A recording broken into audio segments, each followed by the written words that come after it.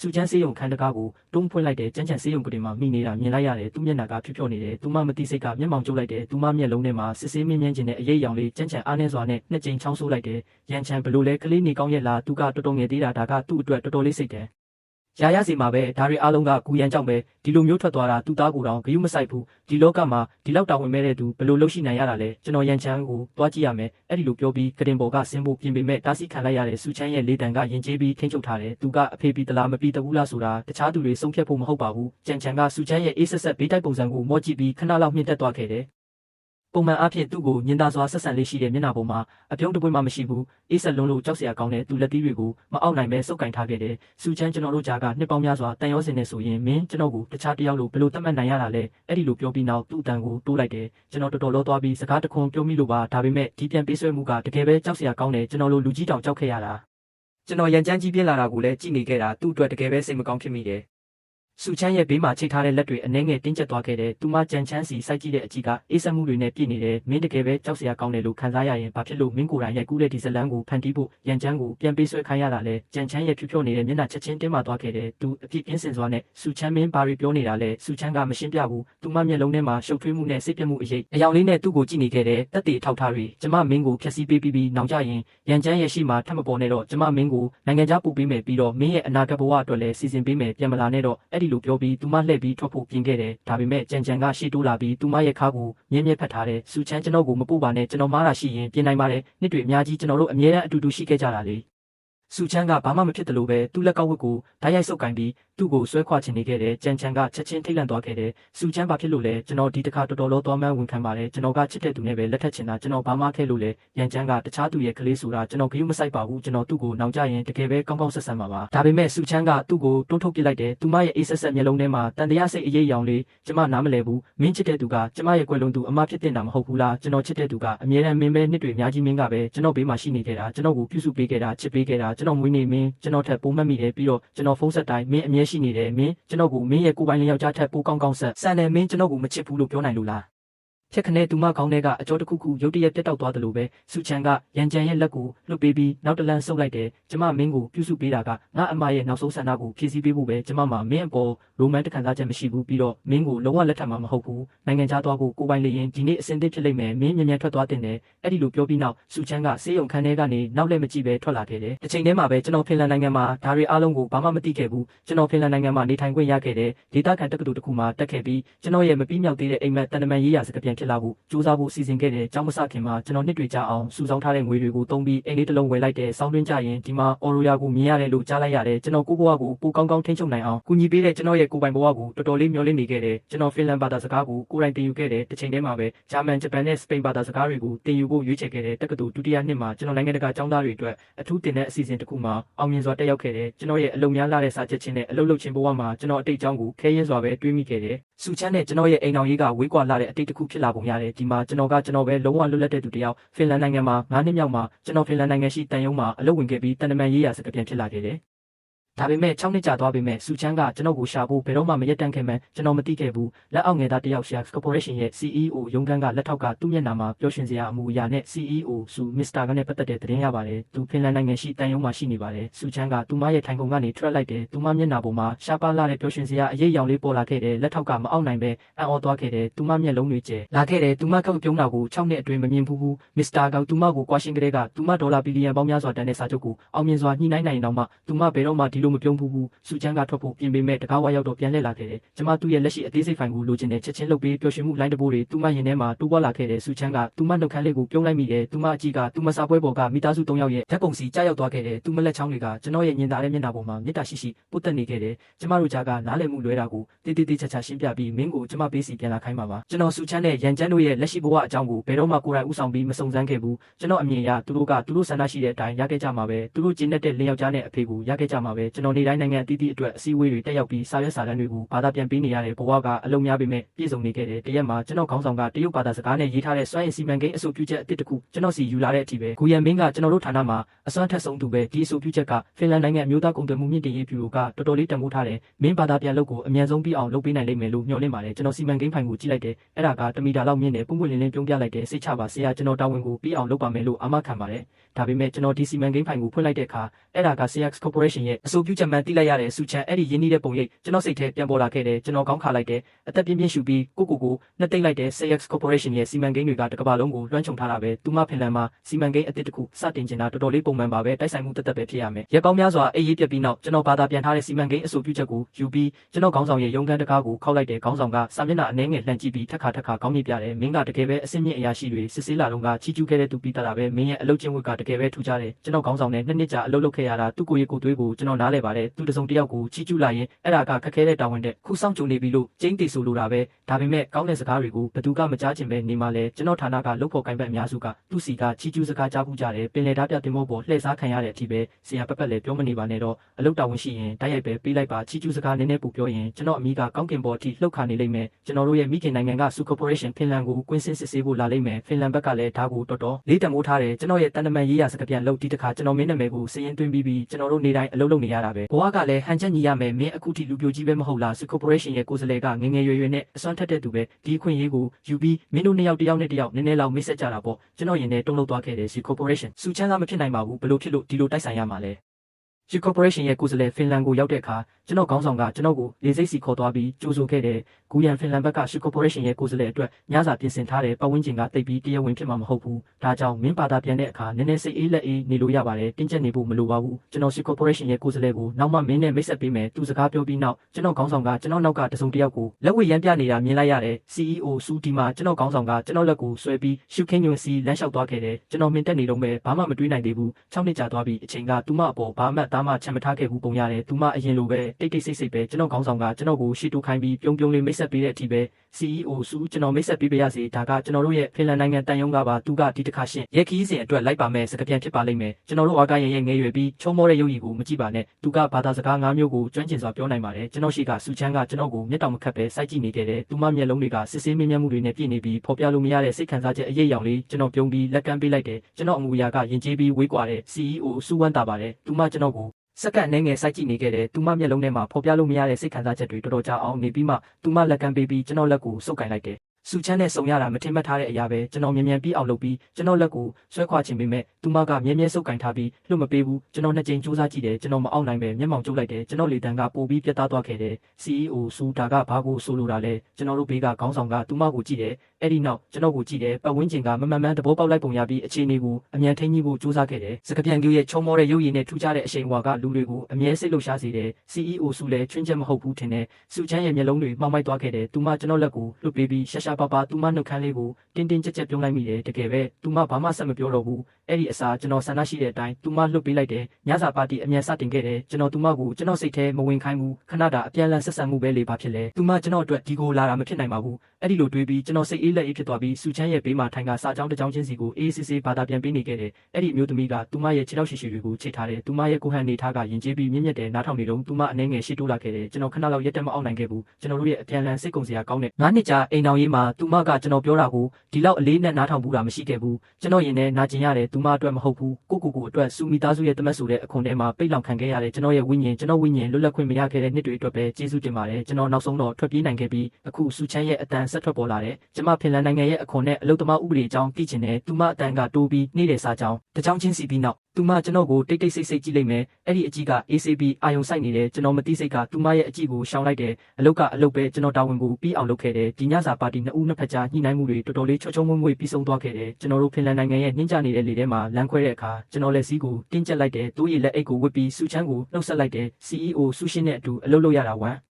်းတာပါတယ်အဲ့ဒီလိုပြောပြီးကျွန်တော်လှည့်ပြီးထွက်ဖို့ပြင်ခဲ့တယ်ကျွန်တော်ကားတစ်ခါဖွင့်လိုက်တာနဲ့ကူရန်ကျွန်တော်နောက်ကအမျိုးသမီးကရုတ်တရက်ကျွန်တော်နာမည်ကိုခေါ်လိုက်တယ်ကျွန်တော်ရက်လိုက်ပေမဲ့နောက်လည်းမကြည့်ဘူးသူမရဲ့နောက်ထပ်စကားတွေကိုတိတ်ဆိတ်စောင့်နေခဲ့တယ်လေကတော်တော်တိုက်နေတယ်ကျွန်တော်လက်ချောင်းထိပ်တွေနည်းနည်းတောင့်တင်းနေတယ်လို့ခံစားရတယ်သူမအတန်နောက်ဆုံးတော့ပြန်ထွက်ပေါ်လာတယ်မင်းကျမကိုပြောချင်တာဘာမှမရှိဘူးလားကျွန်တော်စိတ်ကူးလားမသိဘူးဒါပေမဲ့သူမရဲ့ဝင်နေတဲ့အတန်ကဖော်ပြလို့မရတဲ့နာကြီးစိတ်အရေးအယောင်လေးပါနေတယ်ကျွန်တော်ရင်ထဲတုံးလုံးသွားခဲ့တယ်ဖင်လန်နိုင်ငံရဲ့ရှီတရားလာတဲ့ညကတော်တော်အေးတယ်လို့ပဲခံစားလိုက်ရတယ်မကြခင်ဆုံးကြတာပေါ့ပါတီတုံးကကျွန်တော်ဘာသာပြန်ဖို့လိုအပ်တဲ့အကြောင်းအရာတွေကိုပြီးအောင်လုပ်ပေးခဲ့ပြီးတခြားကိစ္စတွေအတွက်ကတော့ကျွန်တော်ပြောစရာဘာမှမရှိပါဘူးဒါပေမဲ့စူချမ်းကကျွန်တော်ကိုဒီလိုပဲထွက်သွားခွင့်ပေးဖို့ဝင်လေးနေပုံရတယ်သူမရဲ့ပုံမှန်အားဖြင့်အေးဆက်ပြီးကိုထိန်းချုပ်နိုင်တဲ့လေတံကအခုတော့စိုးရိမ်စိတ်အရေးအယောင်လေးပါနေတယ် ကိုရန်မင်းအရင်ကနှုတ်ဆက်စကားတစ်ခုမှမပြောဘဲကျမကိုကွာရှင်းခဲ့တာရန်ကြံရဲ့ခံစားချက်တွေကိုမငဲ့ကွက်ရင်တောင်မှမင်းလုံးဝဂရုမစိုက်ဘူးလား6နှစ်ရှိပြီရန်ကြံကအခု9နှစ်ရှိပြီမင်းသူ့ကိုလုံးဝတတိမရဘူးလားကျွန်တော်ပြန်လှည့်ကြည့်ပြီးကျွန်တော်အမူအရာမပြတ်ပဲပြုံးပြလိုက်တယ်သူ့အဖေရဲ့ပေးဆက်မှုတွေကိုအထင်သေးတဲ့ကလေးတစ်ယောက်တတိယစရာပါရှိအောင်ပါလဲပြီးတော့သူ့ရဲ့အဖေတစ်နဲ့တော်တော်ပြောနေမှာပဲမဟုတ်လားနင်းကြနေတဲ့လေကစူချမ်းရဲ့ပကုံးပေါ်ကြားရောက်နေခဲ့တဲ့အဲ့ဒီအမျိုးသမီးကကျွန်တော်ကိုကြည့်တဲ့မျက်လုံးထဲမှာဇဝေဇဝါဖြစ်နေတဲ့အရေးအယောင်လေးအဲ့ဒီနောက်သူမတက်ပြင်းချပြီးအလျှော့ပေးလိုက်တဲ့စုပုံနေတဲ့နင်းတွေကိုနင်းပြီးကျွန်တော်စီချင်းကပ်လာခဲ့တဲ့ရှာရှာပပသူမအတန်ကိုညင်တာအောင်လှုပ်လိုက်မိတယ်ရန်ချမ်းသူမင်းရဲ့ပေးဆက်မှုတွေကိုအထင်မသေးပါဘူးသူကတော်တော်ငယ်သေးလို့တခြားသူတွေကိုဘယ်လိုချစ်ရမလဲမသိသေးလို့ပါသူကအဖေအစ်ရမှာမဟုတ်ပါဘူးသူ့ဖေကရှင်တယောက်တည်းပဲဖြစ်မှာပါကျွန်တော်အကြီးကစူချမ်းရဲ့မျက်နှာစီကြားရောက်သွားခဲ့တယ်ကျွန်တော်တော်တော်ရဲ့ချင်းစရာကောင်းတယ်လို့ခံစားလိုက်ရတဲ့ချစ်ရမှန်းသိတာကအသက်အရွယ်နဲ့မဆိုင်ပါဘူးစူချမ်းနဲ့ရန်ချမ်းတို့ကကြံချမ်းရဲ့မွေးနေ့ကိုမှတ်မိနိုင်ကြတယ်သူတို့ကသူ့အတွက်ဘေးကင်းရဲ့အဆောင်ကိုတေးတေးချာချာထွင်းထုပေးနိုင်ကြတယ်ဒီမိခင်နဲ့သားကတခြားသူတွေကိုဘယ်လိုချစ်ရမလဲဘယ်လိုဖြစ်လို့မသိပဲနေမှလဲသူတို့ကကျွန်တော်ကိုပဲမချစ်တတ်ကြတာကျွန်တော်အေးစစ်စစ်ကားကိုမိပြီးသူမကိုကြည့်လိုက်တယ်ကျွန်တော်အခုထိသူမရဲ့လင်ယောက်ျားဖြစ်နေတုံးဆိုရင်သူမဒီနေ့ကျွန်တော်ရှိမှရက်ပြီးဒီလောက်အေးစစ်စစ်ပြောနိုင်မှလားလို့မအောင်နိုင်ပဲတွေးမိတယ်ကျွန်တော်ကောင်းခါလိုက်ပြီးကိုလှောင်ပြုံးလိုက်တယ်စူချမ်းကဇဝေဇဝါနဲ့မျက်မှောင်ကျုပ်လိုက်တယ်မင်းပါကိုရေတာလဲကျွန်တော်သူမရဲ့အကြည့်ကိုဂရုမစိုက်ဘူးရေစရာကောင်းတာကြားရင်မင်းမရေဘူးလားစော်တီးစူချမ်းကျွန်တော်တို့ကွာရှင်းတာဖြစ်ဖြစ်မကွာရှင်းတာဖြစ်ဖြစ်ကျွန်တော်တို့ကြားမှာမင်းရဲ့နားလည်မှုကိုကျွန်တော်ရှာဖွေနိုင်တဲ့ဆက်ဆံရေးမျိုးမရှိဘူးထင်တယ်မင်းကျွန်တော်အကြောင်းနားလည်တာနည်းလုံးနေပြီးတော့ကျွန်တော်လည်းမင်းနဲ့ပတ်သက်တဲ့အတိတ်ကိုပြန်စဉ်းစားဖို့စိတ်မဝင်စားဘူးအဲ့ဒီလိုပြောပြီးနောက်ကျွန်တော်သူမရဲ့တွေ့ဝေနေတဲ့အမူအရာကိုလစ်လျူရှုပြီးကားတဲ့တိုက်ရိုက်ဝင်ကလေးပါကိုနင်းပြီးမောင်းထွက်ခဲ့တဲ့အိမ်ပြန်ရောက်တဲ့အခါကျွန်တော်ရေချိုးပြီးကတင်ပေါ်လဲကျသွားခဲ့တဲ့ပြင်းထန်တဲ့ပင်ပန်းနွမ်းနေမှာပူလိုင်းတပူးကကျွန်တော်စီလာရောက်ရိုက်ခတ်လာခဲ့တယ်ကျွန်တော်အမြန်အိပ်ပျော်သွားခဲ့တဲ့တကောင်ရံမှာအိမ်နီးနားချင်းရဲ့ခွေးဟောင်တန်ကြောင့်ကျွန်တော်နိုးလာခဲ့တယ်ကျွန်တော်ကောင်းကြည့်အောင်အသက်ပြင်းပြင်းအချိန်နှဲငယ်ရှူလိုက်တဲ့အဝတ်စားဝတ်ပြီးအခြေအနေကိုစစ်ဆေးဖို့ပြတင်းပေါက်စီသွားခဲ့တယ်ဒါပေမဲ့စူချမ်းကအခုထိအဲ့ဒီအရက်ရှိရှိအနက်ရောင်ဝတ်စုံကိုဝတ်ထားပြီးကျွန်တော်တကားအပြင်ဘက်မှာရက်နေတာမြင်လိုက်ရတယ်သူမှကျွန်တော်လိပ်စာကိုဘယ်လိုရှာတွေ့လဲကျွန်တော်မသိဘူးဖင်လန်နိုင်ငံရဲ့ပြင်းပြအပူချိန်ကအနှုတ်20ဒါမှမဟုတ်30ဒီဂရီသူမှဝတ်ထားတာနဲ့ဆိုရင်သူမှတကယ်ပဲအပြင်မှာတညလုံးရက်နေရင်မနှက်ဖြန်မနှက်ကြရင်လူပုံတရံရေခဲရုပ်ထုတစ်ခုမြင်ရလိမ့်မယ်ထင်တယ်သူမှဘာစီစဉ်နေလဲကျွန်တော်မသိပေမဲ့ကျွန်တော်တကားဖွင့်ပြီးဒီဇနီးဟောင်းကိုအထဲကိုဖိတ်ခေါ်လိုက်တယ်ဘာပဲဖြစ်ဖြစ်ကျွန်တော်တကားဝမှာသူမတည်သွားတာကိုမလိုချင်ဘူးရွေးထွေးတဲ့မီးလင်းဖို့ရှိမှာကျွန်တော်စူချမ်းစီကော်ဖီတစ်ခွက်ရင်ကျေးစွာကမ်းပေးလိုက်တယ်သူမတော်တော်အေးနေလို့သူမခန္ဓာကိုယ်တစ်ခုလုံးတုံရင်တာကိုမရက်တတ်နိုင်ခဲ့ဘူးသူမလက်နှစ်ဖက်ကနှွေးထွေးတဲ့ခွက်ကိုဖက်ထားတယ်တော်တော်ကြာမှသူမအသက်ရှူထုတ်နိုင်ခဲ့တယ်ကျွန်တော်ကိုပြုံးပြတယ်ကျေးဇူးတင်ပါတယ်ကျွန်တော်အကြည့်တုံးလို့သွားခဲ့တယ်သူမကျွန်တော်ကိုရှာရှာပပပြုံးပြတာအချိန်များစုမှာသူမကအေးဆက်ပြီးအေးမဆိုင်ပဲဘာမူရာမှမပြဘူးစော်တီစူချမ်းမင်းဘာကိုလိုချင်တာလဲစူချမ်းကမျက်လုံးကိုနှိမ့်ချလိုက်တယ်သူမမျက်တောင်ပေါ်မှာနားနေတဲ့နှင်းပွင့်လေးတွေဖြည်းဖြည်းချင်းအေးပျော်သွားခဲ့တယ်ရာသီဥတုကတော်တော်အေးလို့လားမသိဘူးဒါပေမဲ့သူမစကားပြောတဲ့အခါသူမအတန်ကအနှဲငယ်တုံရင်နေခဲ့တယ်ကျမတို့ဘာဖြစ်လို့ကွာရှင်းခဲ့တာလဲဆိုတာသိချင်တယ်ကျွန်တော်မျက်မှောင်ကျုပ်ပြီးသူမမျက်နှာကိုကြည့်လိုက်တယ်သူမလည်းကျွန်တော်ကိုတိုက်ရိုက်အေးအေးဆေးဆေးစိုက်ကြည့်နေခဲ့တယ်သူမမျက်လုံးထဲမှာစစ်မှန်တဲ့ဇဝေဇဝါဖြစ်မှုနဲ့ဝေခွဲမရဖြစ်မှုတွေပါနေတယ်ဒါပေမဲ့ကျွန်တော်ရင်ထဲမှာတော့ရှုပ်ထွေးနေခဲ့တယ်ဒါဆိုရင်လွန်ခဲ့တဲ့9နှစ်လုံးဖြစ်ပျက်ခဲ့တဲ့အရာအလုံးကတကယ်ပဲလုံးဝလျစ်လျူရှုခံခဲ့ရတာပေါ့ကျွန်တော်အသက်ရှူထုတ်လိုက်တယ်သူမကိုအထဲကိုဖိတ်ခေါ်လိုက်မိလို့ရုတ်တရက်နောင်တရမိတယ်ကျွန်တော်မီးပိတ်ပြီးအိယာဝင်တင်တာသူမကိုအပြစ်မှာအေးခဲ့ပြီးတေးခိုင်းလိုက်တင်တာအဲ့ဒီမျိုးသမီးကတော်တော်ကြာအောင်တွေ့ဝေနေပြီးမှစိတ်တက်လာတဲ့စကားလုံးနှလုံးကိုပြောလိုက်တယ်ဂူရန်ဘလောက်ရဲချင်းစရာကောင်းလဲသူမကျွန်တော်နာမည်ကိုဒီလောက်လေးနဲ့ပထမဆုံးအကြိမ်ခေါ်တာကကျွန်တော်တို့ကွာရှင်းပြီး6နှစ်ကြာမှပဲစူချမ်းပေါ်ကျွန်တော်အကြည့်ကလှောင်ပြောင်မှုအရေးအယောင်လေးပါနေတာကမလွဲမရှောင်တော့ဘူးစောတီစူချမ်းကျွန်တော်တို့ဘာဖြစ်လို့ကွာရှင်းခဲ့တာလဲဆိုတာမင်းမသိရတဲ့အကြောင်းရင်းကအကြောင်းရင်းကိုယ်တိုင်ပဲလို့မြင်တွေ့ဘူးလားစူချမ်းရဲ့ခန္ဓာကိုယ်ခဏလောက်တောင်တင်းသွားခဲ့တယ်သူမမျက်လုံးထဲမှာရှားပါလာတဲ့ဇဝေဇဝါဖြစ်နေတဲ့အမူအရာလေးသူမကအမြဲတမ်းဒီလိုပဲသူမရဲ့မြင့်မြတ်တဲ့နောက်ခံအောင်မြင်တဲ့အသက်မွေးဝမ်းကြောင်းနဲ့ထက်မြက်တဲ့အုံနောက်ကသူမကိုအရာအလုံးကိုအလွယ်တကူကင်တွင်းနိုင်အောင်လုပ်ပေးခဲ့တယ်ဒါပေမဲ့သူမပတ်ဝန်းကျင်ကအရာအလုံးကိုလည်းအရေးမဆိုင်ပဲနေတတ်တဲ့အရာအလုံးဘယ်လိုပဲဖွံ့ဖြိုးတိုးတက်လာပါစေသူမတတ်မှတ်ထားတဲ့လမ်းကြောင်းကနေဘယ်တော့မှလွတ်မြောက်မှာမဟုတ်တယ်လို့ပဲကျွန်တော်ကတော့ရှားပါလာတဲ့ချွင်းချက်တွေကတယောက်ဖြစ်လိမ့်မယ်ဘာဖြစ်လို့လဲမသိဘူးကျွန်တော်မျက်လုံးတွေရုတ်တရက်ဆူဆူရှာရှာပူလောင်လာခဲ့တယ်ဒါပေမဲ့ကျွန်တော်ကိုဟန်နေထားကိုချက်ချင်းပြန်ပြင်လိုက်တယ်ကျွန်တော်ရင်ထဲကခါးသီးတဲ့ခံစားချက်ကိုနှိမ်နှင်းပြီးစော်တီးစူချမ်းမှကွာရှင်းခင်မှာကျွန်တော်မင်းကိုအချိန်ပေါင်းများစွာပြောခဲ့ဘူးတယ်မင်းနဲ့ရန်ကြံတဲ့ယောက်စလုံးကြံချမ်းကိုဒီလောက်တောင်ကြိုက်နေမှတော့ကျွန်တော်လဲကွာရှင်းဖို့သဘောတူတဲ့တစ်ချိန်တည်းမှာပဲကျွန်တော်ရန်ကြံကိုစောက်ရှောက်ခွင့်ကိုစွန့်လွတ်မယ်ဘာမှမယူပဲထွက်သွားမယ်ကျွန်တော်တို့လင်မယားပိုင်ဆိုင်တဲ့ပစ္စည်းအလုံးကိုရန်ကြံရဲ့နာမည်စီပဲလွှဲပေးလိုက်ပါအဲ့ဒါကဒီမချစ်ရတဲ့အဖေကသူ့အတွက်ပေးခဲ့တဲ့ကလေးထောက်ပံ့ကြေးလိုပဲမှတ်လိုက်ပါကျွန်တော်ဒီစကားတွေကိုမင်းကိုရှင်းရှင်းလင်းလင်းပြောခဲ့ပြီးအခုချိန်မှာကျွန်တော်စူချမ်းစီလှည့်ကြည့်လိုက်တယ်မင်းမှတ်မိသေးလားစူချမ်းရဲ့လက်ကခွက်ကိုကင်ထားတာမသိစိတ်ကတင်းကျပ်သွားခဲ့တယ်သူမတစုံတရာကိုမှတ်မိဖို့စူးစမ်းနေပုံရတယ်ဒါပေမဲ့သူမမျက်လုံးထဲကဗလာဖြစ်နေမှုကသူမကိုတစ္ဆာဖောက်လိုက်တယ်သူမဘာမှမှတ်မိလို့မရဘူးကျွန်တော်လည်းအဲ့ဒီရလက်ပဲဖြစ်လိမ့်မယ်ဆိုတာကောင်းကောင်းသိပါတယ်ဘာဖြစ်လို့လဲဆိုတော့ကျွန်တော်သူမရဲ့လင်ယောက်ျားဖြစ်နေတော့ကကျွန်တော်ပြောတဲ့ဘာစကားကိုမှသူမအလေးနဲ့နားမထောင်ဘူးလို့ပါအဲ့ဒီတုန်းကသူမအတွက်တော့ကျွန်တော်ကအမိခံတက်အိမ်အောင်ဖက်တယောက်ပဲစော်တီစူချမ်းကောင်းကောင်းလိုက်တယ်သူမအတန်ကစိတ်ပြတ်မှုနဲ့အပြစ်ရှိစိတ်တွေနဲ့ပြည့်နေတယ်တောင်းပန်ပါတယ်မင်းဒီစကားတွေပြောခဲ့တာကိုကျွန်မတကယ်ပဲမှတ်မိလို့မရဘူး အဲ့ဒီတုန်းကကျမအလုံများနေလို့ဖြစ်လိမ့်မယ်ဒါပေမဲ့ဒါကမင်းကျမကိုကွာရှင်းခဲ့တဲ့အကြောင်းရင်းကကျမတကယ်ပဲဒီလိုအကြောင်းရင်းမျိုးကိုလက်မခံနိုင်ဘူးဒါဆိုရင်ညတိုင်းမင်းအိမ်ပြန်လာတဲ့အခါမင်းဝစ်စားတွေပေါ်ကရေမွေးနှံကရောဒီအကြောင်းရင်းကကျွန်တော်မင်းကိုကွာရှင်းဖို့လုံလောက်ရဲ့လားစုချမ်းရဲ့အမူအရာတောက်တင်တွားခဲ့တယ်သူမကျွန်တော်ပြောတဲ့စကားတွေကပရိပခဖြစ်နေတဲ့အချက်ကိုနောက်ဆုံးတော့ဖန်ဆွဲမိပုံရတယ်ဒါပေမဲ့သူမခေါင်းခါလိုက်တယ်မယုံနိုင်တယ်လို့ပဲကြံချန်မင်းသူ့ကြောင့်ကျမကိုကွာရှင်းခဲ့တာလားစုချမ်းရဲ့အတန်ကအံ့ဩမှုတွေပိုပြီးပြင်းထန်လာခဲ့တယ်ကြံချန်ကြောင့်ကွာရှင်းတာကသူမကျွန်တော်ပြောတာကိုဘယ်တော့မှနားမထောင်လို့ကွာရှင်းတာထက်တောင်ပိုပြီးအတိတ်ပဲမရှိတယ်လို့ပဲပိုပြီးအတိတ်ပဲမရှိဘူးဒါပေမဲ့ကျွန်တော်ကော်ဖီတောက်ပြီးဘာမှမဖြစ်တယ်လို့ခေါင်းညှိပြလိုက်တဲ့အင်းမင်းနေတိုင်း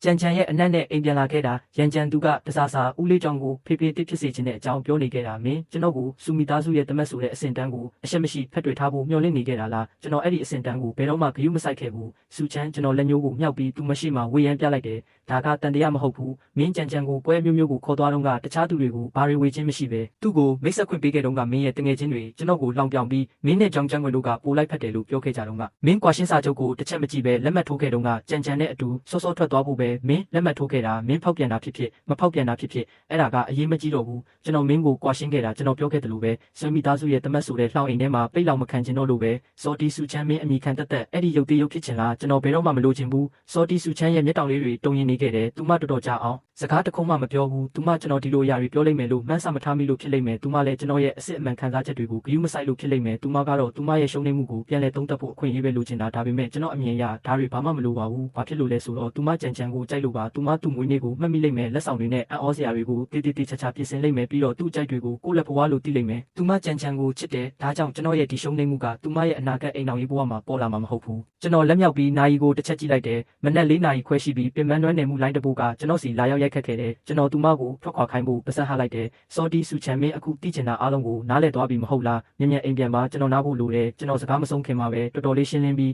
းတရားဝင်လာတဲ့အတန်ကြားလိုက်ရတယ်ကျွန်တော်ခဏလောက်မြင့်တက်သွားခဲ့တယ်ကျွန်တော်လည်းချောင်းထဲမှာပိတ်နေတဲ့စကလုံးတွေအပြင်ကိုမထွက်လာသေးဘူးစုချန်ကကျွန်တော်ကိုမျက်တောင်မခတ်ပဲစိုက်ကြည့်နေခဲ့တယ်တောင်းပန်ပါတယ်ကျွန်မလိလူရှုခဲ့မိတဲ့ဒီအသေးစိတ်အချက်လက်တွေကမင်းကိုဒီလောက်တောင်နာကြီးစေခဲ့မှန်းကျွန်မမသိခဲ့ဘူးကျွန်မမှားသွားတယ်မင်းကိုတောင်းပန်ပါတယ်မောက်မာလာတဲ့စုချန်ကိုတောင်းပန်ခိုင်းတာမြင်ရလိမ့်မယ်လို့ကျွန်တော်တော်တော်ရည်ချင်းစရာကောင်းတယ်လို့ခန်းစားလိုက်ရတယ်ကျွန်တော်ပဲတူးလေးတော့သူဖြစ်ရမယ်ရုတ်တရက်စုချန်ကကျွန်တော်အတွေးမြင်ကိုဖျက်တောက်ပြီးစကားပြောလာတယ်ဒါပေမဲ့တခုတော့ကျွန်မမင်းကိုသဘောမတူဘူးကျွန်မမဖောက်ပြန်ဘူးကျွန်မကြံချန်ကိုလုံးဝမကြိုက်ဘူးကျွန်မသူ့ကိုပြုစုပေးတာနဲ့သူ့ရဲ့တောင်းဆိုချက်တွေအားလုံးကိုဖြည့်ဆည်းပေးတာကငါအမရဲ့နောက်ဆုံးဆန္ဒကိုဖြည့်ဆည်းပေးဖို့ပဲကျွန်မတခြားသူတွေကသူ့ကိုခဲအိုလို့ခေါ်တာကိုမပြင်ပေးတာကဘာဖြစ်လို့လဲဆိုတော့ငါအမအသက်ရှင်နေတော့ဆိုရင်သူကတကယ်ပဲငါရဲ့တရားဝင်ခဲအိုဖြစ်လိမ့်မယ်လို့ထင်လို့ပါအဲ့ဒါကအရေးမကြီးတော့ဘူးသူမကျွန်တော်ရဲ့အေးဆက်ဆက်အမှုအရာကြောင့်နာကျင်ရပုံရတယ်သူမမျက်လုံးထဲမှာနာကျင်မှုအရေးရောင်လေးပေါ်လာခဲ့တယ်မဟုတ်ဘူးဒါကတော်တော်အရေးကြီးတယ်မင်းထွက်သွားခဲ့တဲ့6နှစ်အတွင်းရန်ကြံနဲ့ကျွန်မရောမင်းကိုတော်တော်တတိယနေကြတာကျွန်မမျှော်လင့်တာကမင်းရင်တွေကနားလည်မှုလွဲတာကိုရှင်းပြပြီးမင်းကိုကျွန်မတို့မိသားစုစီပြန်လာခိုင်းဖို့ပဲခဏလောက်ကျွန်တော်တကယ်ပဲစူချမ်းပြက်လုံးထုတ်နေတယ်လို့ထင်ခဲ့တယ်ကျွန်တော်လွတ်လပ်ခွင့်ရဖို့10နှစ်ဆောင်ခဲ့ရတာအခုသူမကကျွန်တော်ကိုမိသားစုစီပြန်လာခိုင်းနေတာလားတုံရင်နေတဲ့ရေတံတစ်ခုကျွန်တော်ရင်ဘက်ကနေထွက်ပေါ်လာခဲ့တယ်ကျွန်တော်တကယ်ပဲအားရပါရရေမောတာကိုမအောင်နိုင်ခဲ့ဘူးစူချမ်းရဲ့မျက်နှာပေါ်မှာအံ့ဩစရာအရေးရောင်လေးပြန်ပေါ်လာပြန်တယ်သူမတကယ်ပဲကျွန်တော်ဘာကိုရေးတာလဲဆိုတာနားမလည်ပုံရတယ်ကျွန်တော်လက်မြောက်ပြီးမျက်လုံးထောက်မှာဝဲနေတဲ့မျက်ရည်ကိုတုပ်လိုက်တယ်ကျွန်းတော့အသက်ပြင်းပြင်းအချိန်နှဲငယ်ရှူပြီးကိုဘဲငိမ့်သက်အောင်လှုပ်လိုက်မိတယ်စောတီစူချမ်းမင်းနောက်နေတာလားကျွန်တော်မင်းကိုကွာရှင်းဖို့တော်တော်ကြိုးစားခဲ့ရတာအခုကျွန်တော်မှာကိုယ့်တက်မွေးဝမ်းကြောင်းရှိပြီးကျွန်တော်ဘယ်လိုဖြစ်လို့မိသားစုစီပြန်လာနိုင်မှာလဲပြီးတော့ကျွန်တော်ဘာအတွက်ပြန်လာမှာလဲမင်းအတွက်အိမ်ဖော်လို့ပဲအလုပ်များနေဖို့လားမင်းရဲ့ကုမ္ပဏီကိုနေတိုင်းပြေးပြီးအဲ့ဒီရဲ့ချင်းစရာကောင်းတဲ့ပင်လယ်စာဆန်ပြုတ်ပို့ပေးဖို့လားမင်းအမအပေါ်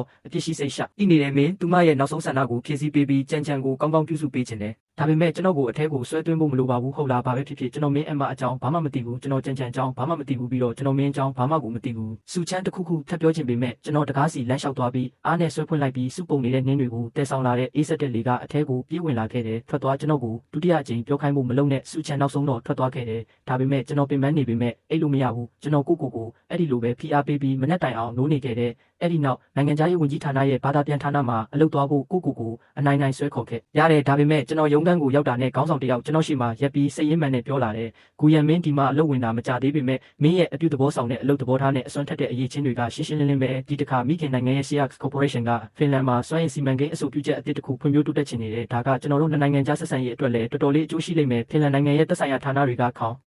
ဆောင်တွေကဒီအခွင့်အရေးကိုယူပြီး CEO စုနဲ့အတူမိခင်နိုင်ငံကိုစစ်ဆေးဖို့တွားချင်ကြတယ်ကျွန်တော်တို့မှာလိုက်ပါမယ်စကားပြန်တယောက်လိုအပ်နေတယ်ကျွန်တော်အထက်လူကြီးစီသတင်းပို့ပြီးဒီတစ်ခါမင်းကကျွန်တော်တို့နိုင်ငံခြားရေးဝန်ကြီးဌာနကိုကိုစားပြုပြီးမိခင်နိုင်ငံကိုပြန်တဲ့ခရီးစဉ်မှာလိုက်ပါရမယ်မင်းထွက်သွားခဲ့တာ6နှစ်ရှိပြီဒီအခွင့်အရေးကိုယူပြီးမင်းရဲ့မိသားစုနဲ့ပြန်ဆုံစည်းလိုက်ကျွန်တော်ပြုံးပြီးနားထောင်နေခဲ့တယ်ဒါပေမဲ့ကျွန်တော်ရင်ထဲမှာတော့မုံတိုင်းတစ်ခုတိုက်ခတ်နေပြီးဒါတွေအားလုံးကစူချမ်းကြောင့်ပဲသူမရောက်လာတာနဲ့အရာများစွာဖြစ်ပျက်ခဲ့တယ်လမ်းစာမရှိဘူးကျွန်တော်ပြုံးယုံပဲပြုံးနိုင်ခဲ့ပြီးထွက်လိုက်တယ်စိတ်ချပါဆရာကျွန်တော်တာဝန်ကိုပြီးအောင်လုပ်ပါမယ်လို့အာမခံပါတယ်အဲ့ဒီနေမွန်းလွဲပိုင်းမှာကျွန်တော်စူချမ်းနဲ့အတူစစ်ဆေးရေးအဖွဲ့နဲ့အတူကိုပိုင်လေရင်နဲ့မိခင်နိုင်ငံကိုပြန်ခဲ့ကြတယ်ထိုင်ကုန်ကိုဘယ်သူစီစဉ်လဲကျွန်တော်မသိဘူးဒါပေမဲ့ကျွန်တော်နဲ့စူချမ်းကြားမှာလက်တင်တစ်ခုပဲချားနေခဲ့တယ်ကျွန်တော်ပင်ပန်းနှွဲ့နေစွာနဲ့နဖူးကိုနှိပ်နေလိုက်ပြီးခေါင်းကိုလွှဲပစ်လိုက်တယ်သူမကိုမကြည့်ဘူးကျွန်တော်တို့နှစ်ယောက်စလုံးရှင်းရှင်းလင်းလင်းတညလုံးနိုးနေခဲ့ကြတာဒါပေမဲ့စူချမ်းရဲ့မျက်နှာပေါ်မှာပင်ပန်းနှွဲ့နေတဲ့အရေးအယောင်ဘာမှမရှိဘူးမကြခင်မှာပဲနူးညံ့ပြီးထူထဲလာတဲ့သုံးမွေးဆောင်ကိုကျွန်တော်ပေါ်လွှမ်းခြုံပေးခဲ့တယ်စူချမ်းရဲ့လှုပ်ရှားမှုတွေကတော်တော်လေးသတိထားနေခဲ့တယ်ကျွန်တော်ကိုနှိုးမိမှကြောက်နေတယ်လို့ပဲဒါပေမဲ့ကျွန်တော်မအိပ်ဘူးပြီးတော့ကျွန်တော်သူမကိုတစ်ချက်တောင်မကြည့်ချင်ဘူးကျွန်တော်အတွက်တော့သူမကကျွန်တော်တခါတုန်းကတကယ်ပဲချစ်ခဲ့ပြီးအားကျခဲ့တဲ့သူဒါပေမဲ့ကျွန်တော်ကိုချီနှောင်ထားခဲ့တဲ့တန်ချီချင်းတွေလည်းဟုတ်တယ်သူမနဲ့ကျွန်တော်ရဲ့ဆက်ဆံရေးကကျွန်တော်ကွာရှင်းစာချုပ်ကိုလက်မှတ်ထိုးလိုက်တဲ့အချိန်မှာပဲလုံးဝပြီးဆုံးသွားခဲ့တာကျွန်တော်လေရင်ပေါ်ကဆင်းတာနဲ့တွေးတာရင်ချဆက်နွယ်မှုပဲရှိတဲ့သားဖြစ်သူရန်ချမ်းကိုမြင်လိုက်ရလိမ့်မယ်လို့လုံးဝမထင်ထားမိဘူးရှေ့ရဲ့အမေကသူ့လက်ကိုစုပ်ကင်ထားပြီးစောင့်ဆိုင်ရမယ့်နေရာမှာရက်နေကြတဲ့အခုကိုနှစ်ရှိပြီးသူတော်တော်လေးအရက်ရှည်လာခဲ့ပြီး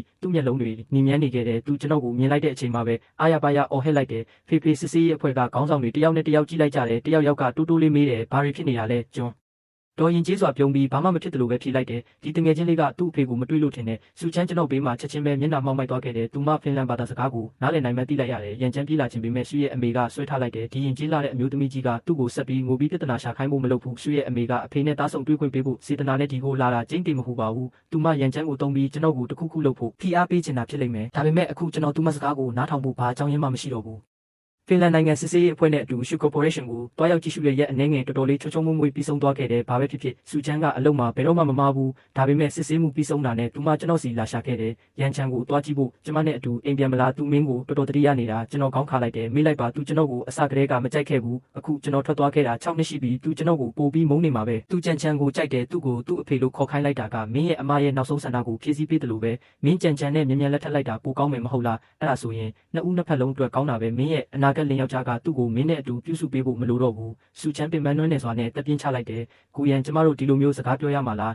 ကျွန်တော်သူမကိုအေးဆက်ဆက်တစ်ချက်ကြည့်လိုက်တယ်နားမထောင်ချင်ဘူးလားကျွန်တော်တို့စကားလုံးဝမပြောခဲ့ရင်ပိုကောင်းမယ်အဲ့ဒီလိုပြောပြီးနောက်ကျွန်တော်ပစ္စည်းတွေတင်ပြီးကျွန်တော်တဲခုနေတဲ့ဟိုတယ်စီတန်တန်မတ်မတ်ပြန်ခဲ့တယ်စူမီသားစုအိမ်အနေနဲ့ကတော့ပြန်သွားဖို့ဘာအကြောင်းရင်းမှလုံးဝမရှိဘူးကျွန်တော်တငယ်ချင်းလည်းမိခင်နိုင်ငံမှာရှိနေမှန်းသိရတော့ကျွန်တော်စိတ်ခံစားချက်တော်တော်ကောင်းသွားခဲ့တယ်ကျွန်တော်သူ့ကိုတွေ့ဖို့ချက်ချင်းတောင်းဆိုလိုက်တယ်ကျွန်တော်တို့ဆုံတဲ့အချိန်မှာသူ့မျက်လုံးတွေတောက်ပလာတာမြင်လိုက်ရတယ်သူကျွန်တော်လက်ကိုဆွဲပြီးအချိန်နဲ့ငယ်လှည့်ကြည့်တယ်ကျွန်တော်ကိုစစ်ဆေးနေခဲ့တယ်နောက်ဆုံးတော့သူကျွန်တော်ကိုဖတ်ပြီးအော်ဟစ်လိုက်တယ်ဒါကတော်တော်ကောင်းတာပဲညီလေးမင်းဒီလိုပုံပေါက်တင်တာ6နှစ်ကြာမတွေ့ရတဲ့ညီကိုတွေစုံကြရင်အမြဲတမ်းဘောစရာအကြောင်းအရာတွေအကုန်မရှိဘူးကျွန်တော်တို့စကားပြောတာစတင်တာနဲ့နာရီနဲ့ငယ်အမြန်ကုန်ဆုံးသွားခဲ့တယ်ကျွန်တော်တို့စိတ်အားထက်သန်စွာစကားပြောနေတော့မှပဲကျွန်တော်ဖုန်းရုပ်တရက်မြည်လာတယ်အဲ့ဒါကမသိတဲ့ဒေတာခန်နံပါတ်တစ်ခုကျွန်တော်မျက်မှောင်ကျုပ်ပြီးခဏလောက်တွေဝင်နေပေမဲ့နောက်ဆုံးတော့ဖြေလိုက်တယ်အမျိုးသမီးတစ်ယောက်ရဲ့ဇဝေဇဝါဖြစ်နေတဲ့အတန်ဖုန်းရဲ့တခြားတစ်ဖက်ကထွက်ပေါ်လာတယ်ဟဲလိုရန်ကျန်ရဲ့ဖေဖေလားရှင်ကျမသူ့ရဲ့အတန်းပိုင်ဆရာမပါရန်ကျန်ကအเจ้าမှာအတန်းဖော်နဲ့ရန်ဖြစ်လို့ပါကျမသူ့မိမေစီဖုန်းဆက်ခဲ့ပြီးသူမကရှင့်စီဆက်သွယ်ခိုင်းလို့ပါကျွန်တော်တငယ်ချင်းကရုတ်တရက်ကြားဖြတ်ပြောပြီးကျွန်တော်ဖုန်းကိုဒေါသတကြီးလှမ်းယူလိုက်တယ်မဟုတ်ဘူးမင်းဖုန်းနံပါတ်မှာတားနေပြီးသူအဲ့ဒီလိုပြောပြီး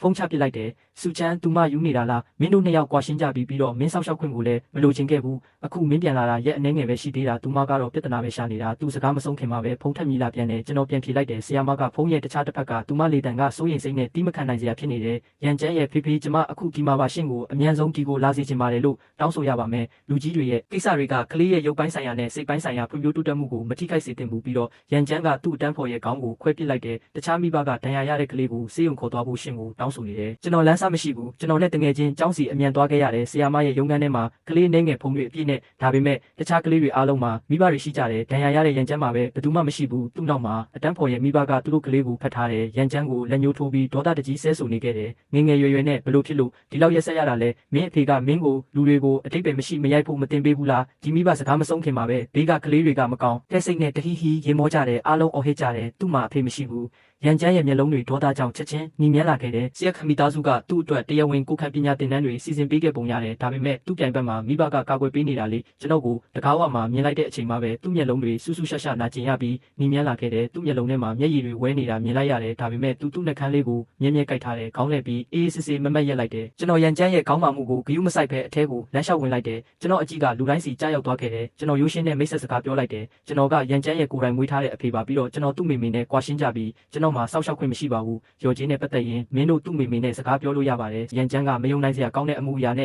ဲ့ကျွန်တော်ကိုမော့ကြည့်တယ်သူအမြန်ခေါင်းငုံပြီးမြက်လုံးကိုတုတ်တာမြင်လိုက်ရတဲ့လှုပ်ရှားမှုကတော်တော်မြန်တယ်ကျွန်တော်သတိမထားမိမှကြောက်နေတယ်လို့ပဲဒီကလေးအရင်ကသူ့မိမိနဲ့ကျွန်တော်ကိုကွာရှင်းဖို့တစားစားတောင်းဆိုခဲ့တာမဟုတ်ဘူးလားဒီမျက်ရည်တွေကအခုဘဲကနေထွက်လာတာလဲစူချမ်းကြောင်ပြောလိုက်တဲ့အခါမိဘတွေတယောက်နဲ့တယောက်ကြည့်လိုက်ကြတယ်သူတို့ရဲ့မောက်မာမှုတော်တော်လေးယုံနေသွားခဲ့တယ်စူချမ်းရဲ့နာမည်ကဘန်နာရေးခန္ဓာရဲ့ရှေ့ဖုံးတွေမှာတစ်နှစ်ပတ်လုံးပါနေတာသူမှဘယ်သူလဲဆိုတာမသိတဲ့သူတော်တော်များများရှိမှာမဟုတ်ပါဘူးဒီတင်းငယ်တဲ့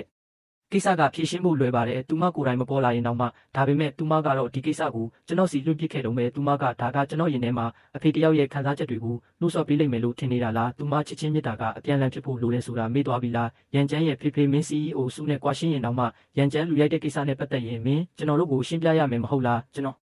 ခေါင်းကြီးပြလိုက်တယ်ကျွန်တော်အကြည့်ကရန်ကျန်းစီညင်သားစွာကြားရောက်သွားခဲ့တယ်ဘာဖြစ်လို့ရန်ဖြစ်တာလဲရန်ကျန်းကသူ့လေပင်ကိုမတ်မတ်ထားတဲ့စကားမပြောဘူးမင်းစကားမပြောချင်ရင်မင်းမေလာပြီးစကားပြောတာကိုစောင့်လိုက်ပေါ့ကျွန်တော်မှလှုပ်เสียရတွေရှိတယ်မင်းနဲ့ဒီမှာရစ်ပတ်နေဖို့အချိန်မရှိဘူးကျွန်တော်စကားမဆုံးခင်မှာပဲရန်ကျန်းကစိတ်ဆိုးနေတဲ့တရိษံလေးလိုပဲအော်ဟစ်လိုက်တယ်သူတို့ကကျွန်တော်မှအဖေမရှိဘူးလို့ပြောကြတယ်အခုကျင်းနေပြီလားမေဘာဖြစ်လို့ဦးလေးကျန်နဲ့မလက်ထက်တာလဲသူကကျွန်တော်ကိုဖေဖေလိုလစ်လူရှုမှာမဟုတ်ဘူးဖေဖေကိုမုန်းတယ်ကျွန်တော်သူအော်ဟစ်တာပြီးဆုံးတာကိုစောင့်ပြီးမှမျက်ခုံးပစ်လိုက်တယ်မင်းမေနဲ့ကျွန်တော်မကွာရှင်းခင်တုန်းကမင်းပဲကြံချမ်းကိုမင်းရဲ့အဖေဖြစ်စေခြင်းပြီးကျွန်တော်ကိုအော်ဟစ်ခဲ့တာနားလည်နိုင်ပါတယ်အခုမင်းမေနဲ့ကျွန်တော်ကွာရှင်းကြပြီးမင်းဘသူကိုမဆိုမင်းရဲ့အဖေဖြစ်ရှာလို့ရပါတယ်မိဘတွေတယောက်နဲ့တယောက်ကြည့်လိုက်ကြတယ်တိုးတိုးလေးပြောတန်တွေကျွန်တော်နားထဲရောက်လာခဲ့တယ်ဒီလောက်ငယ်တဲ့ကလေးမိဘတွေကိုကွာရှင်းဖို့အားပေးနေတာသူ့အဖေသူ့ကိုမလိုချင်တာမဆမ်းပါဘူးအဲ့ဒီမစ္စတာကျန်ကျွန်တော်သူ့ကိုမြင်ဘူးတယ်ထင်တယ်သူ CEO စုနဲ့ပွဲကြီးပွဲကောင်းတွေမှာခဏခဏတက်လေးရှိတယ်ကျွန်တော်ကသူ့ကို CEO စုရဲ့လင်းယောက်ျားလို့ထင်နေတာသူကတခြားယောက်ျားဖြစ်နေလိမ့်မယ်လို့မထင်ထားမိဘူးသူ့အသက်အရွယ်နဲ့ရန်ကျန်းကသူ့ရဲ့ပုံကံတဲ့အဆင့်မှာရှိနေခဲ့တာသူဒီလိုစကားတွေကိုဘလို့တီးခံနိုင်မှာလဲသူချက်ချင်းပြေးထွက်ခြင်းပေမဲ့သူခြေလန်းနေငယ်ပဲလှမ်းရသေးတယ်နောက်ဆုံးလိုက်ရတဲ့စူချမ်းရန်သူမရဲ့လက်ထောက်နဲ့တက်တော်ဆောက်လိုက်ပါလာပြီးလမ်းလျှောက်ဝင်လာခဲ့တယ်သူမမျက်နှာကဘာအမူအရာမှမရှိဘူးဖိအားပေးတဲ့အရှိန်အဝါတွေနဲ့ပြည့်နေတယ်သူမရောက်လာတာနဲ့ရုံးခန်းတစ်ခုလုံးပို့ပြီးကျင်းမြောင်းသွားတယ်လို့ခံစားလိုက်ရတယ်သူမရဲ့အေးဆက်ဆက်အကြည့်ကလူတိုင်းစီကြားရောက်သွားခဲ့တယ်ဘာဖြစ်တာလဲလူတိုင်းကျွန်တော်ကိုကြည့်တယ်ကျွန်တော်မင်းကိုကြည့်တယ်ဘယ်သူမှစကားတခုမှမပြောဘူးရန်ကျန်လဲတော်တော်ကြောက်နေပုံရတယ်သူဘေးမှာခေါင်းငုံရက်နေတယ်အသက်ပြင်းပြင်းမရှိရဲဘူးကျွန်တော်သူမကိုအေးဆက်ဆက်တစ်ချက်ကြည့်လိုက်တယ်မင်းရောက်လာတာကောင်းတယ်ကလေးရဲ့အုတ်ထင်းသူအနေနဲ့မင်းဒါကိုကင်တွယ်လိုက်ပါကျွန်တော်သွားတော့မယ်သူတို့နှစ်ယောက်လုံးကျွန်တော်နောက်ကနေခေါ်နေတာကိုလစ်လူရှုပြီးကျွန်တော်တငယ်ချင်းကျွန်တော်ပြန်လာတာမြင်တော့စိတ်နှောက်ယှက်ဖြစ်သွားခဲ့တယ်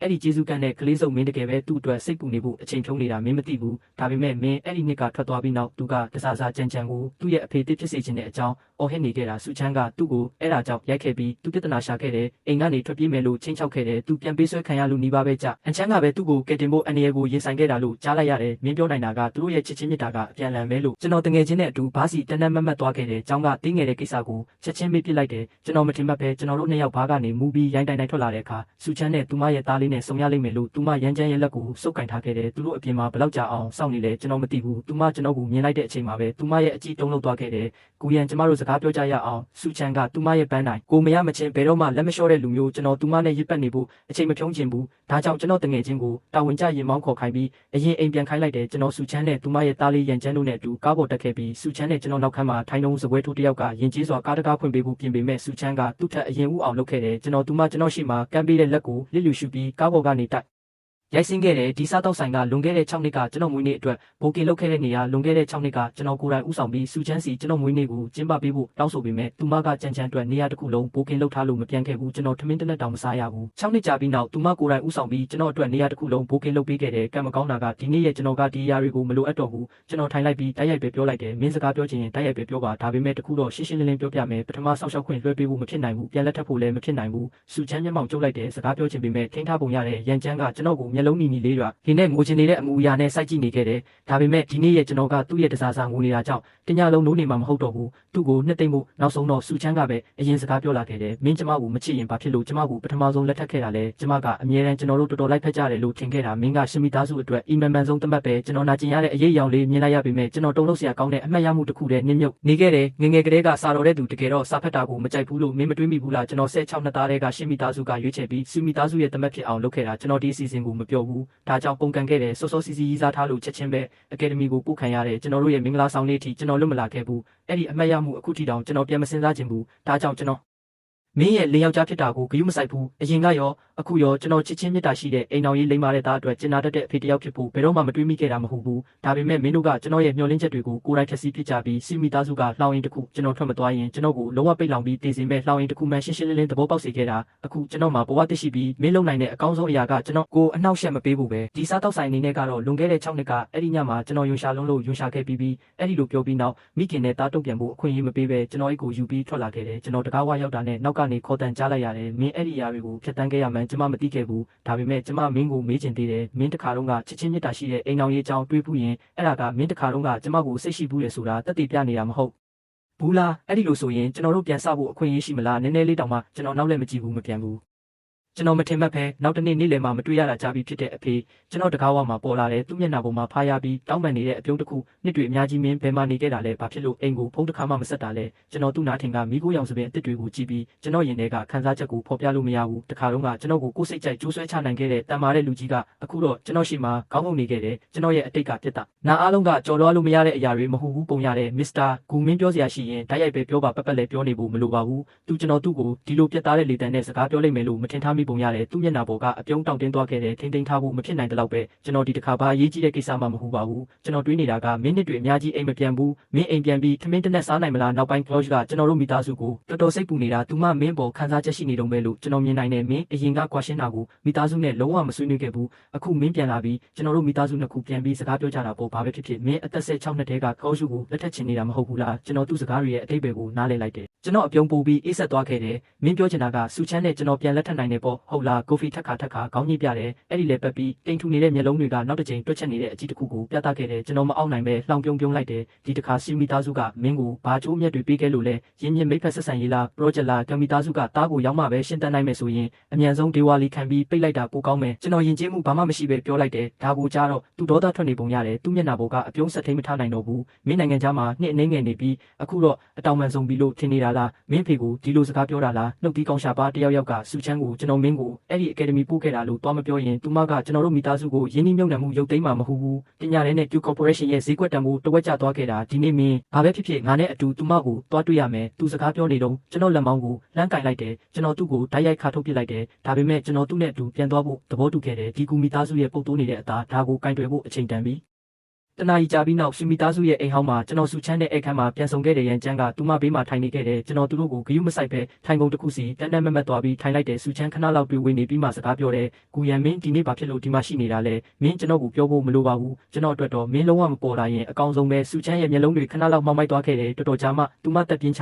လိုက်တယ်ကျမမင်းကိုဖိအားပေးဖို့မဟုတ်ပါဘူးကျမကတော့သူမစကားမဆုံးခင်မှာပဲဒီတစ်ခါသူမကိုဖျက်ပြောလိုက်တာကကော်ဖီဂူဖိုက်ရေမောနေခဲ့တယ်သူကောင်းမွန်လာတဲ့ဝိုင်းတပလင်းကိုထုတ်ပြီးစပွဲပေါ်တင်လိုက်တယ်သူစူချမ်းနဲ့သူမရဲ့ကလေးကိုစိတ်အားထက်သန်စွာနှုတ်ဆက်ဖို့ဟန်ဆောင်ခဲ့တယ်လာဒီဝိုင်ကောင်းကိုမြည်စမ်းကြည့်ကျွန်တော်စုဆောင်းထားတဲ့ကြရင်ဒီကလေးကငငယ်ကလေးကခေါင်းမာခဲ့တာကျွန်တော်သူ့ကိုဆုံးမပြီးသူ့ရဲ့ပြန်လာတာကအောက်ယူနဲ့အတူရှိနေဖို့ကောင်းကောင်းနေထိုင်မှုပဲကျွန်တော်တို့နောက်မှကောင်းမွန်လာတဲ့ရက်စွဲတစ်ခုရွေးပြီးမင်္ဂလာဆောင်ပြန်ကျင်းပတင်တယ်လို့ထင်တယ်သူစုချမ်းအတွက်ဝိုင်အပြည့်နဲ့ပေးခဲ့တယ်သူ့မျက်လုံးထဲမှာကျွန်တော်ကအမြဲတမ်းမိခိုနေတဲ့သူအကျိုးမြတ်တွေနဲ့လဲလှယ်နိုင်တဲ့ကိရိယာတစ်ခုပဲဘလို့ပဲဖြစ်ဖြစ်လွတ်လပ်တဲ့သူတယောက်ဘယ်တော့မှမဟုတ်ဘူးဒါပေမဲ့သူ့ကိုပြန်ပြေတာကစုချမ်းမဟုတ်ဘူးဒါပေမဲ့တော့မိသားစုရဲ့အိမ်မက်ကြီးတကားကရုတ်တရက်အားနဲ့တွန်းဖွင့်ခံလိုက်ရတဲ့တက်တော်ဆောင်နေငယ်အိမ်မက်ကြီးတကားကိုတွန်းဖွင့်ပြီးပြေးဝင်လာခဲ့တယ်ချက်ချင်းပဲဝစ်စုံပြေးဝတ်ထားတဲ့တက်ကြီးရွယ်ကိုတယောက်ဝင်လာတယ်ဒါပဲခက်လဲစီစဉ်ထားတဲ့အိမ်တော်ရေးကစားပွဲတွေစော့နေလုံးပဲလားခဏချင်းမှာပဲကိုတစ်ခုလုံးရဲ့ပတ်ဝန်းကျင်ကချက်ချင်းပဲအေးဆက်ပြီးလေးနဲ့တော့အားခဲ့တယ်ကီဖူဖားရဖို့အမြန်ရှိတိုးလာခဲ့တယ်ခေါင်းဆောင်ဘလေကရှင့်ကိုဒီကိုခေါ်လာလဲကျွန်တော်သိကျင်တယ်တက်ကြီးရွယ်ကိုလှောင်ပြုံးလိုက်တယ်သူ့ကိုကြည့်လိုက်တယ်သူ့အကြည့်ကရေခဲစုလိုပဲချွန်ထက်နေခဲ့တယ်1950ခုနှစ်မှာ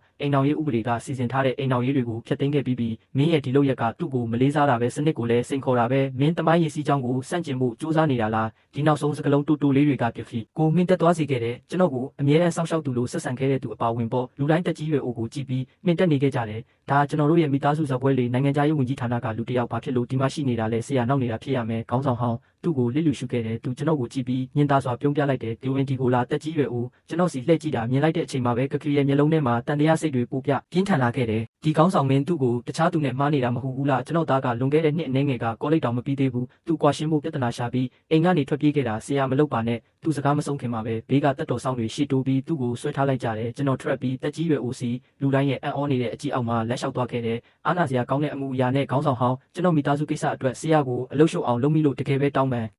ပါတယ်ကိုဖီကျွန်တော်ကိုခေါ်မသွားခင်မှာပဲကျွန်တော်နိုင်ငံတကာចောင်းသားတန်တမန်ရေးရာစကားပြန်တင်တဲ့စီစဉ်မှာစုံခဲ့ဘူးတဲ့ကျွန်တော်အကူသူကလည်းတန်တမန်တယောက်ပဲသူစီ message ပို့ခဲ့တာကျွန်တော်နိုင်ငံသားရေးဝန်ကြီးဌာနမှာအလုပ်ဆောင်ဝင်တုန်းကသူ့ကိုတခါစုံဖူးခဲ့တယ်တက်ကြီးရွယ်ကိုလက်ဝဲရမ်းပြလိုက်တယ်မင်းကနိုင်ငံသားရေးဝန်ကြီးဌာနရဲ့ထူးချွန်တဲ့ရဲဘော်တယောက်ပဲငငယ်ရွယ်ရွယ်နဲ့ဘာသာစကား၅မျိုးကိုကျွမ်းကျင်စွာပြောနိုင်တယ်ပြီးတော့မင်းရဲ့အလုပ်အရေးချင်းကလည်းတော်တော်ကောင်းတယ်ကျွန်တော်မင်းရဲ့မိသားစုလေပတ်မှုကိုအဆုံးသတ်လိုက်မယ်စောစောထွက်သွားမင်းဘာကန့်ကွက်စရာရှိလဲကျင်းတီကန့်ကွက်စရာဘာမှမရှိပါဘူးကျွန်တော်ယာတူးစီပြန်သွားဖို့တစားစားတောင်းဆိုနေတာကြာပါပြီတက်ကြီးရွယ်ကိုခေါင်းညှိပြလိုက်တယ်သူတို့နောက်မှာရဲကားအနေငယ်မြင်းမြင်းလိုက်ပါလာခဲ့တယ်ကားပိတ်လိုက်တာနဲ့ရဲကားပေါ်ကလူတယောက်ဆင်းလာပြီးကိုဖိတ်စီစာရွက်စာတမ်းတွေပြသခဲ့တယ်ကျွန်တော်တို့ရဲ့စုံစမ်းစစ်ဆေးမှုအရရှင်ရင်ကကိုဖိကိုပို့ခဲ့တဲ့အကြောင်းမှာပြဿနာတချို့ရှိနေတယ်ကျွန်တော်တို့နဲ့အတူလိုက်ခဲ့ပြီးစုံစမ်းစစ်ဆေးမှုကိုကူညီပေးပါကျွန်တော်ဘာမှမလုပ်ဘူးဒါကျွန်တော်နဲ့ဘာမှမဆိုင်ဘူးကျွန်တော်ကိုဘာအကြောင်းရင်းနဲ့ဖမ်းတာလဲကိုဖီအားရပါရအော်ဟစ်လိုက်တယ်ဘယ်သူမှဂယုမဆိုင်ဘူးမိသားစုဇပွဲမပြောမရှင်ပြီးဆုံးသွားခဲ့တယ်ကျွန်တော်ခေါင်းဆောင်ဟောင်းနဲ့အတူကားပေါ်တက်ဖို့ပြင်ဆင်နေတော့မှပဲရုတ်တရက်နောက်ကနေရှိုက်ကြီးတင်ငိုတန်ကြားလိုက်ရတယ်ဖေဖေကားတကားကိုကင်ထားတဲ့ကျွန်တော်လက်မသိစိတ်ကတင်းကျပ်သွ